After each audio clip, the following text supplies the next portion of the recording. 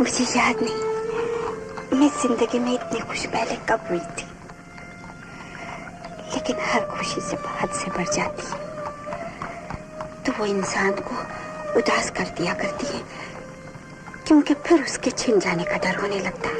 अगर ये डर मैं दूर कर दूं तो मैं हंसते खेलते अपना सब कुछ लुटा दूं। ये सब लुटाने की जरूरत नहीं, सिर्फ अपना हाथ मेरे हाथ में दे दो।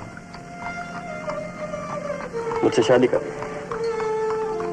करण बाबू, देखिए मैं आपके आगे हाथ जोड़ती हूँ, मुझसे मजाक न कीजिए। मैं पहले ही दुखी हूँ, मुझे यूं न सताइए। मैं सच कहता हूँ किशोरी, तुम्हारे बगैर मेरी जिंदगी बिल्कुल अधूरी है। सच कहता हूँ। बोलो, मुझसे शादी करोगे? मैं आपके योग्य तो नहीं हूँ, फिर भी आपके काबिल बनने की कोशिश करूंगी।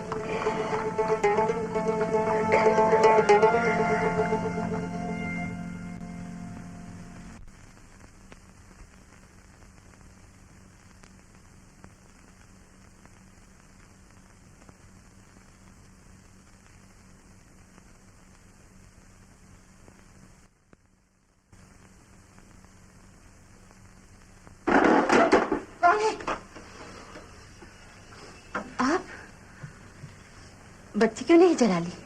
आप इतनी मीठी नींद सो रही थी कि सोचा बत्ती जलाई तो आपकी आंख खुल जाएगी। अभी अभी आंख लगी होगी, जरा देर पहले तक तो मैं जाग गई थी। इतनी रात गए तक जागना अच्छा नहीं। और इतनी रात गए तक बाहर घूमते फिरना भी अच्छा नहीं। जिसकी दुनिया में किसी को जरूरत ना हो, वो भटकता ना रहे तो अब क्या करे। यूं बाही तबाही फिरने वाले को लोग सौदाई कहते हैं। या किसी का सदाई। अच्छा तो सौदाई साहब भटकते ही रहते हैं या कुछ खाने पीने की भी सुध है? आपके याद दिलाने का शुक्रिया। खाना तो वाकई मैंने अभी तक नहीं खाया है। खाना मैंने भी नहीं खाया है।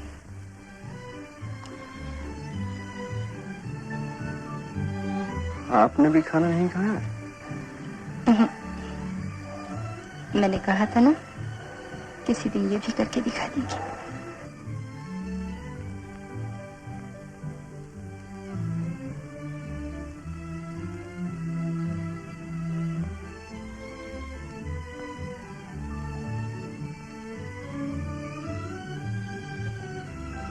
शब खैर।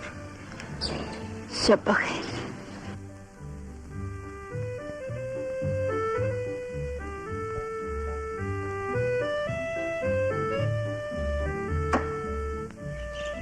आप लोग क्यों गए? जाने को दिल नहीं चाहता।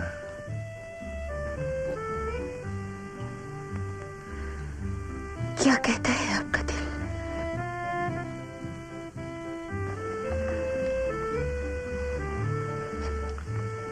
दिल कहता है उम्र भर आपके साथ बैठा रहूं।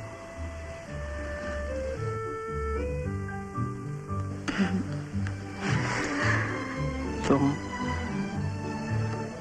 इतनी खूबसूरत क्यों आजा?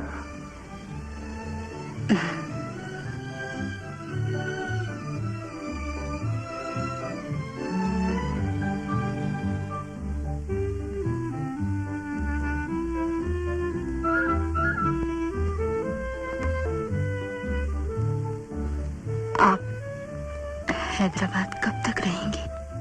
कितनी अच्छी लगती हैं ये बालियां तुम पर। आप बंबई कब वापस जाएंगे? अब वापस नहीं जाऊंगा। चलोगे मेरे साथ? वहाँ आपके साथ और कौन कौन रहता है? मैं हूँ, मेरी माँ है। बस आप दोनों? तुम चाहो तो 3 हो सकते हैं। चाहो कि ना आशा? तो किराए की किराया कहाँ है? बस आया ही समझो चाची, थोड़े दिनों की बात है, जैसे ही इनकी गजलों का दीवान छपेगा चची, तुम्हारी पाई पाई चुका दी जाएगी। अरे आग लगे तुम्हारे दीवान को। मुझे तुम जैसे मुस्कुरे नहीं रखने अपने होटल में। कान खोल कर सुन लो, अगर आज शाम तक किराया चुकता नहीं किया तो मैं तुम दोनों के यहाँ से चुकता कर दूंगी, समझे? और उस करण के बच्चे से कह देना, अगर उसका किराया भी नहीं पहुंचा तो तुम्हारे साथ साथ उसे भी यहाँ से चलता करूंगी।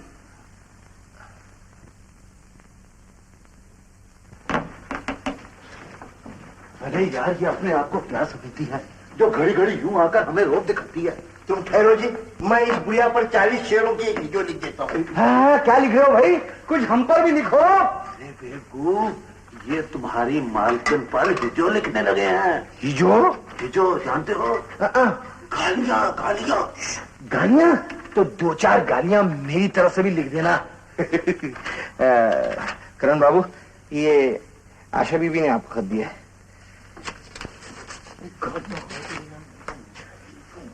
बदरू जी, जी, ये पैसे आशा बीबी ने भेजे? पैसे? ये मुझे पता नहीं, उन्होंने लिफाफा दिया आपको देने के लिए, मैंने दे दिया। महबूबा हो तो ऐसी ही हो। अरे भाई, दोस्त हो तो ऐसा हो, मालिक हो तो ऐसा हो। है? नया मालिक।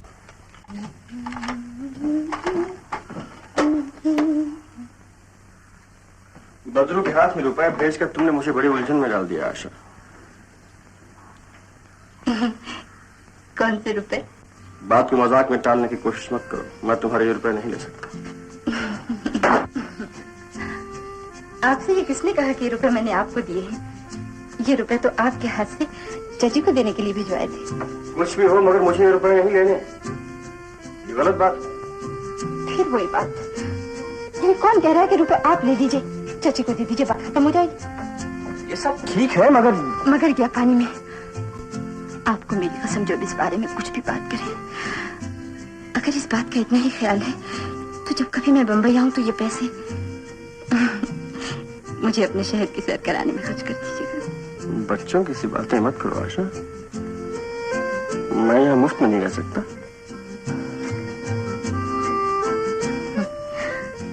हम अपने मेहमान से रहने का किराया नहीं लेते। लेकिन मैं इस होटल में मेहमान बन के तो नहीं रहता। चाची की नजर में ना सही, हमारी नजर में तो आप मेहमान हैं, बल्कि बड़े सरफिरे मेहमान। क्योंकि मेहमान तो सिर्फ घर में रहते हैं, मगर आप तो न जाने कहाँ कहाँ बसे चले आ रहे हैं। कौन कहाँ बसने आ रहा है? चाची, हम उस अचकन और टोपी वाले आदमी की बात कर रहे थे। उस दिन वो आपके सामने किस तरह मुंह उठाए चला आ रहा था और कह रहा था कि वो मेरी अचकन और टोपी चोरी हो गई। अरे उस जैसे लफंगे मैंने कितने ही सीधे कर दिए हैं, देखा नहीं तुमने? कैसे मैंने उसे खड़े खड़े बाहर निकाल दिया। क्यों जी? और तुम यहाँ क्या लेने आए हो? चाची, तुम चुप रहो आशा। इसी और उसके निकम्मे साथियों को कोई चीज नहीं देना जब तक ये किराया ना दे दे। इसकी कोई शिकायत पे ध्यान नहीं देना। किराया देने तो आए हैं चाची, ये लो रुपए। हाय हाय, अरे तो अभी तक मुंह में गुंगिया दिए क्यों खड़े थे? अरे पहले क्यों नहीं बताया कि रुपए लेके आए हो? कहो क्या शिकायत है, क्या चाहिए? तुम रुपए संभालो चाची, क्योंकि जो मुझे चाहिए वो तुम दे नहीं सकोगी।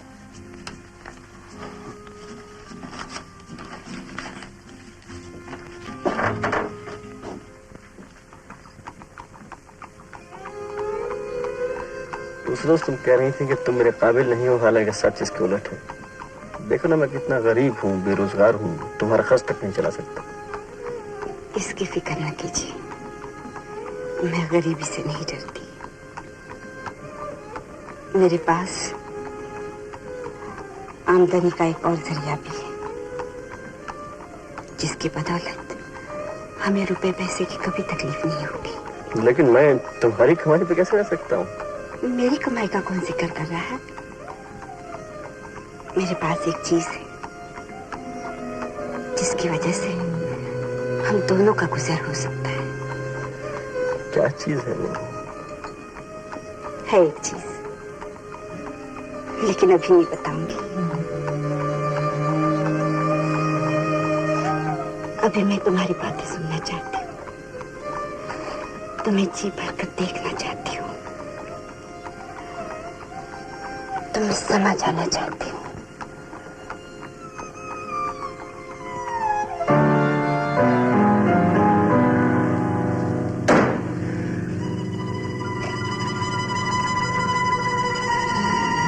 Which one?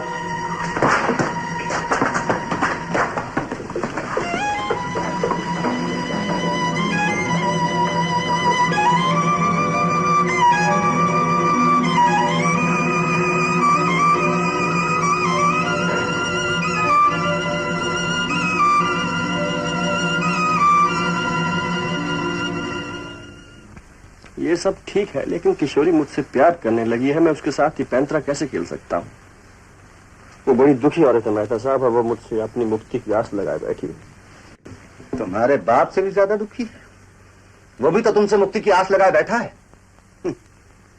आज किशोरी का जादू तुम पर इतना चल गया है कि तुम ये भी भूल गए हो कि आज उसकी बदौलत तुम्हारा बाप जेल में सड़ रहा है।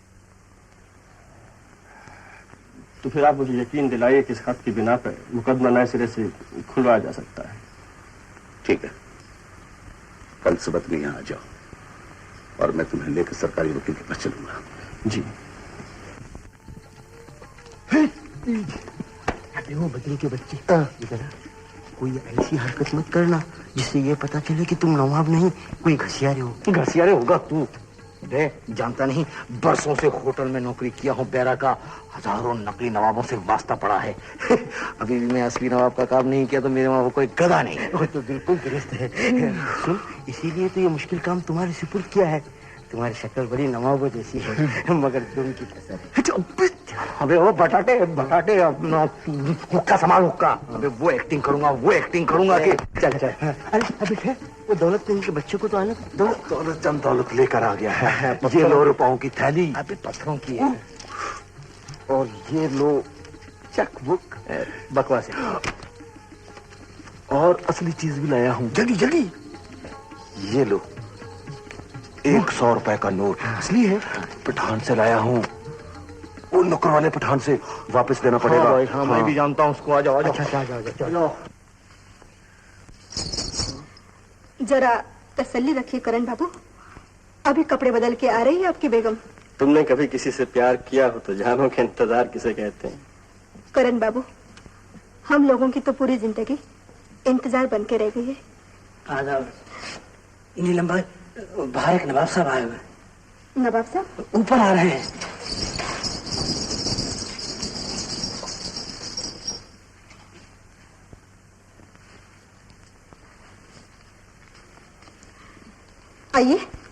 आइए ना। आइए। ओह, आइए ना। भाषा, कहाँ जा रहे हो? गलत रास्ते पे जा रहा हूँ। हाँ। ओह, नवाब साहब मजाक बहुत पसंद करते हैं। आइए। पहले आप।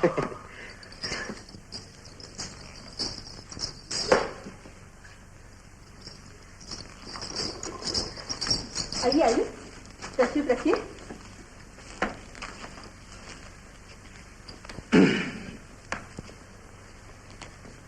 आप भी तशरीफ रखिए।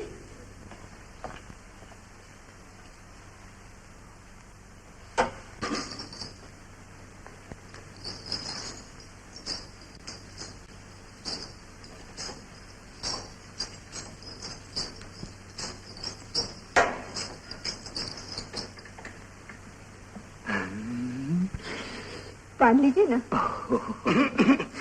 माफ कीजिए, नवाब साहब को हिकमत का बड़ा शौक है। हर नए मिलने वाली की नब्ज देखा करते। ओह, माशाल्लाह, क्या सेहत पाई है। और आपकी नफ्स की रफ्तार तो हिरनी की तरह है। पान लीजिए ना। पान जरूर। लीजिए। आदाब से।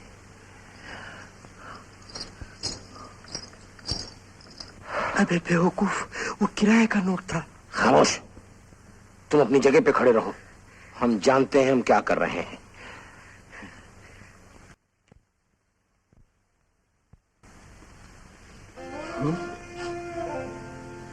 आज तो चांद बड़ी जल्दी निकल आया। बहुत देर लगा दी तैयार होने में।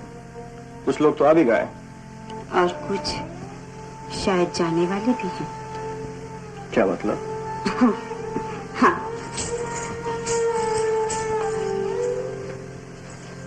आज गाना नहीं सुनोगे? आज कोई खास बात है क्या? ये तो तुम्हें मालूम होना चाहिए।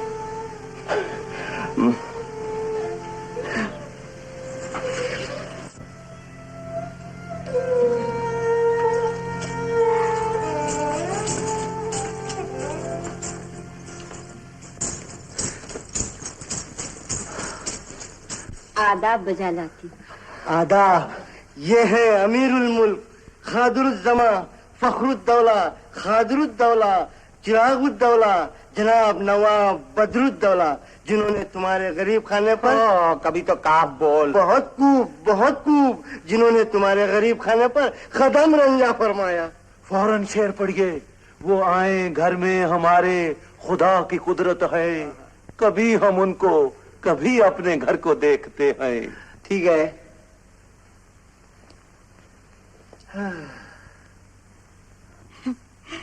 मुझ नाचीज के घर आपने कदम रंजा फरमाया है। सहे नसीब, मैं तहे दिल से आपकी ममनून हूँ। हम कल ही इस शहर में आए हैं और तब से तुम्हारे हुस्न और तुम्हारी आवाज के चर्चे सुन रहे हैं। तुम्हारे खूबसूरती के बारे में तो लोगों की तारीफ बजा है, अब तुम्हारी आवाज की वो जादू देखना है जिसने सबको दीवाना बना दिया है। क्या कर रहा है? देख रहा हूं, असली है कि नकली? क्या लड़की आपकी जरा नवाजी है जो आपने मुझ नाचीज को अपनी पसंद से नवाजा है। भाई अब सांस छेड़ो, हमारी आवाज तुम्हारे कान पीने को तैयार है। हमारे कान तुम्हारी आवाज का रस पीने के लिए तैयार और बेकरार है।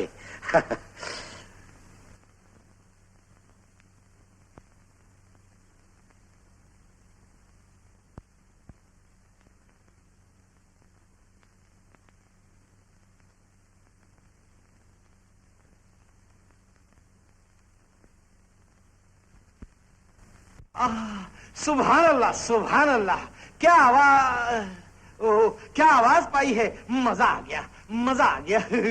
शुक्रिया। लेकिन ये बताइए कि ये गजल लिखी किसने है?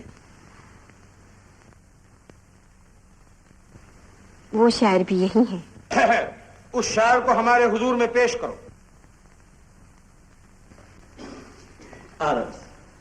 नौजवान, हम तुम्हारी शायरी से बहुत खुश हुए। जी चाहता है कि तुम्हारा मुंह छू लो। आपकी जरा नवाजी का शुक्रिया। बबन मियाँ, जी सर। इनाम की थैली शायर को दे दो। बदतमीज कहीं का। माफ करना सरकार, सारी की सारी थैली। इस गुस्ताखी का मतलब? मेरा मतलब है हुजूर, सारी नकदी इस थैली में है। जल्दी निकालो। सरकार। ओहो, अच्छा मियाँ मदद कीजिए। दीजिए हुजूर। सामान इसमें भर नहीं क्या?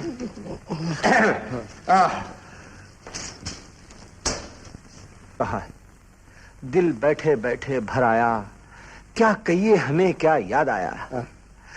बबन मियाँ।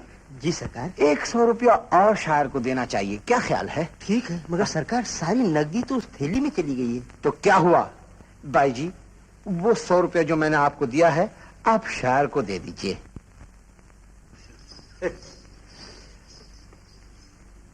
ले लीजिए, ले लीजिए, आप ही के हैं, आप ही के हैं।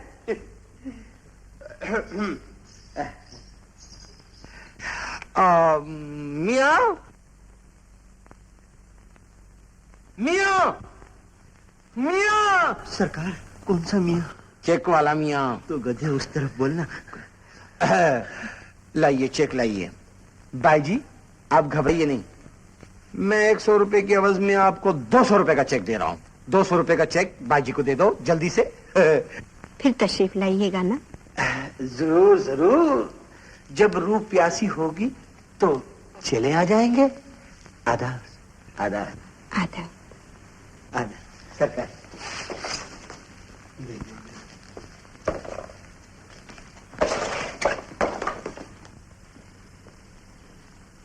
आइए अंदर बैठे। मुझे जरा काम है, मैं जाता हूँ। आप कहाँ चले करण बाबू? आपसे तो आज बहुत सी बातें करनी। आज तो तुम्हारे गाने ने कमाल कर दिया किशोरी। कमाल तो आपने किया है करण बाबू। रंडी के कोठे पर हर रोज नित नए लोग आते हैं। कोई उसकी बातों का सौदा करता है, कोई उसके गाने का और कोई उसके जिस्म का। वो उन अनजाने लोगों को नापसंद करते हुए भी उनके हाथ कभी अपनी कला और कभी अपने आप को बेचती है, क्योंकि इस पेशे में इसी तरह जलील होकर अपनी रोजी कमाई जाती है। ये बैठे बैठाए क्या हो गया तुम्हें? लेकिन वेश्या भी तो आखिर इंसान होती है करण बाबू। वो इतनी गिरी हुई होने पर भी अपने दिल के मंदिर में उस भगवान की आरती उतारा करती है जो एक आदमी के रूप में आकर उसे इस गंदगी के जीवन से छुटकारा दिलाएगा। और उस आदमी के भगवान होने की निशानी ये होती है कि वो उससे लेता कुछ नहीं, वो तो वेश्या के नंगेपन को अपनी इज्जत की चादर से ढकने आता है। ये तुम क्या कह रही हो? ये सब मुझे क्यों सुना रही हो? कल तक मेरी नजर में तुम वो भगवान थे जिसके इंतजार का चिराग मैं अपनी जिंदगी के अंधेरे में रोशन किए बैठी थी। उस दिन जब तुमने मुझे अपनाने का, मुझसे शादी कर लेने का वादा किया था, तो मुझे तुम्हारे भगवान होने में कोई शक न रहा था। लेकिन आज जब मुझे पता लग गया है कि तुम मेरी निजात के लिए नहीं बल्कि अपनी करस के लिए मुझे धोखा देने आए थे, तो अब तुम मुझे कितने ओछे लग रहे हो। आज तुम मेरी नजर में मेरे गंदे से गंदे गाहक से भी ज्यादा गए गुजरे हो, क्योंकि वो खुले बंदों मेरा सौदा करता है। और तुमने मुझे अपने प्यार का धोखा देकर अपना मतलब निकाला था। कितने नीच हो तुम। इसी खत के लिए इतना ढोंग रचाया था तुमने।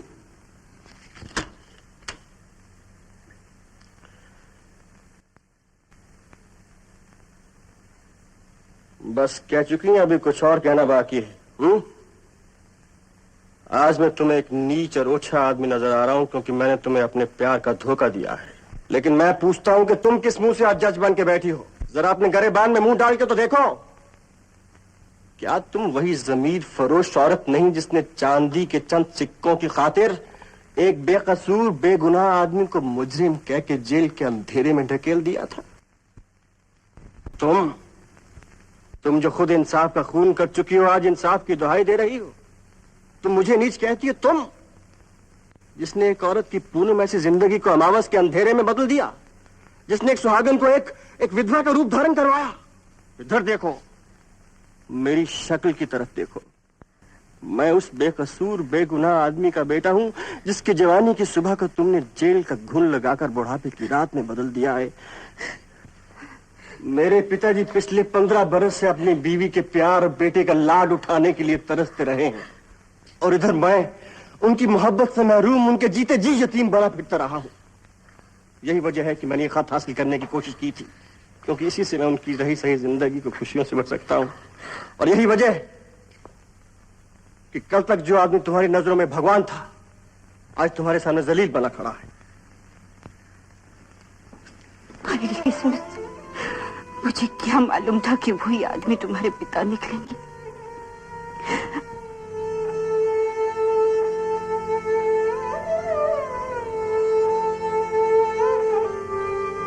किशोरी, मैं जानता हूं कि यह खत तुम्हारी उम्र भर की रोजी की जमानत है, और यही खत मेरी भी तमन्ना है।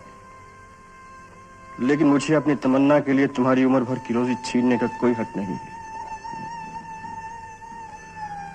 हाँ, आज मुझे इतना जरूर यकीन हो गया है कि मेरे नसीब में अपने पिता का प्यार नहीं लिखा है।